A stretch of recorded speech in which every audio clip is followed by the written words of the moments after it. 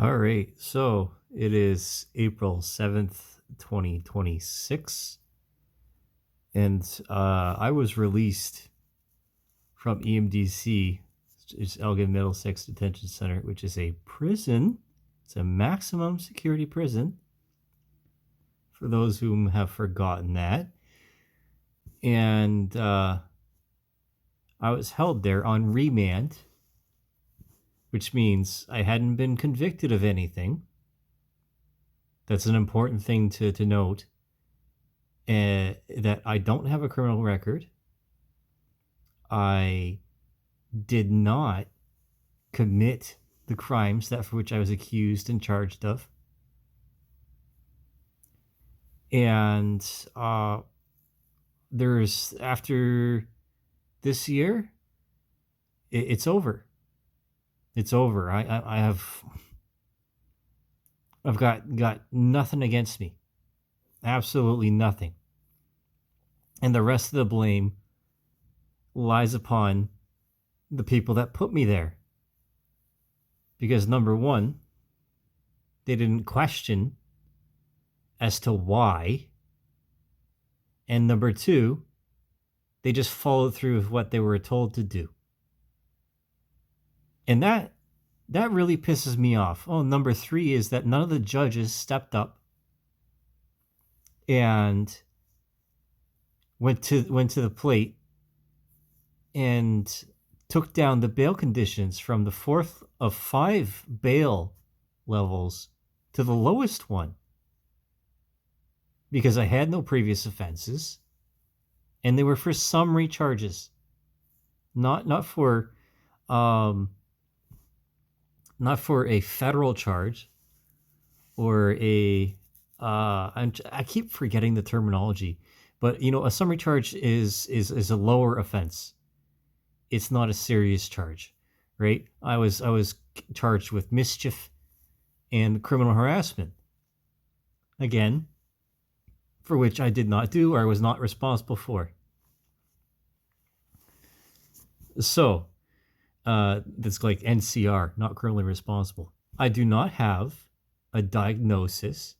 I do not have a drug dependency, and I don't have any more fucks to give, quite frankly. And I didn't before. That's why I was doing all this stuff. I was messing around with people online and with social media websites and speaking up and speaking out against certain people and different social movements. Because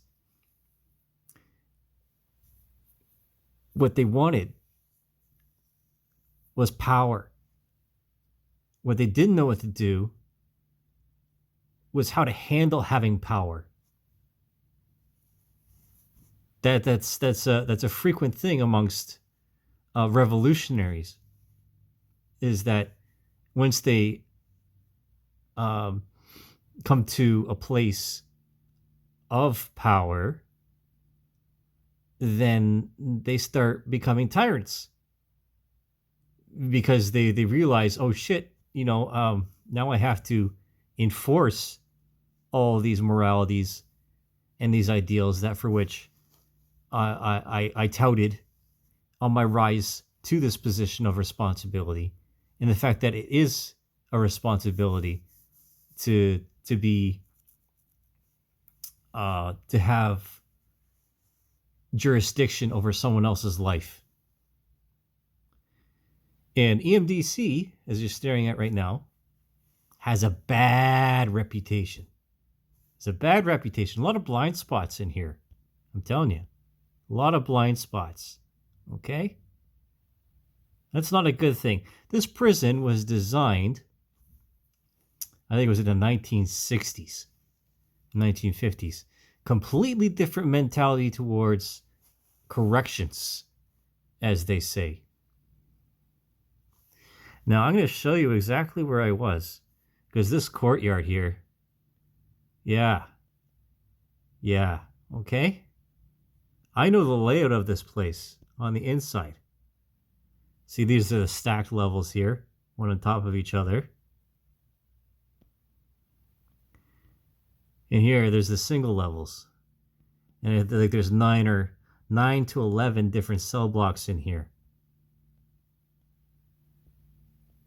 There's an intake. This is where you come in and out of, right? These are the gates. These are the main gates for which the prison transports come in and out of. This is where you come to visit someone.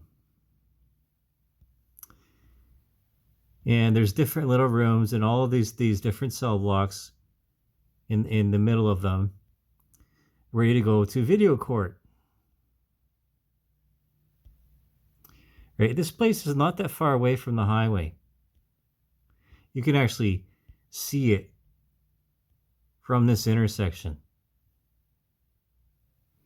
Right here. You're passing by peacefully, not a shit or a care given most of the time. But when you're in here, you can hear the roar of some people's cars, the exhaust note, or of motorbikes, depending on the time of day. And especially if the television isn't cranked and isn't on past a certain hour, which is often the case. Extremely annoying. This, being in this place, especially for something that you didn't do, like I maintain my innocence regardless of what other people feel, even though they ignored the evidence, because, well, someone had to go to jail. Someone had to do it. And this place is torture. It'll fuck you up. Right? You're on 2 inches of foam. Some of it's almost like the mattresses are torture devices. Some of them are really poor condition. And some of them are in subpar condition. And like, oh my God, it's right on top of concrete. Right on top of concrete. Now, most of this place has, integrated furniture. There was a lot of influences from, dare I say, mid-century modern architecture. And one of the most prized places in this whole place is right here. This is the atrium. And you ever have the pleasure of being in there, there's some features of the walls, the concrete, which is very reminiscent of Trent University.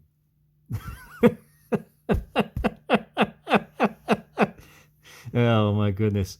And even places, even certain buildings at Western University, quite frankly, because of the construction technology, plywood, and of 2x4 forms.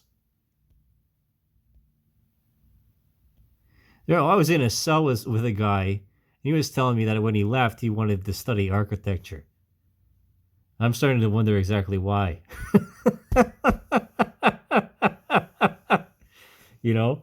The doors in this place are crazy.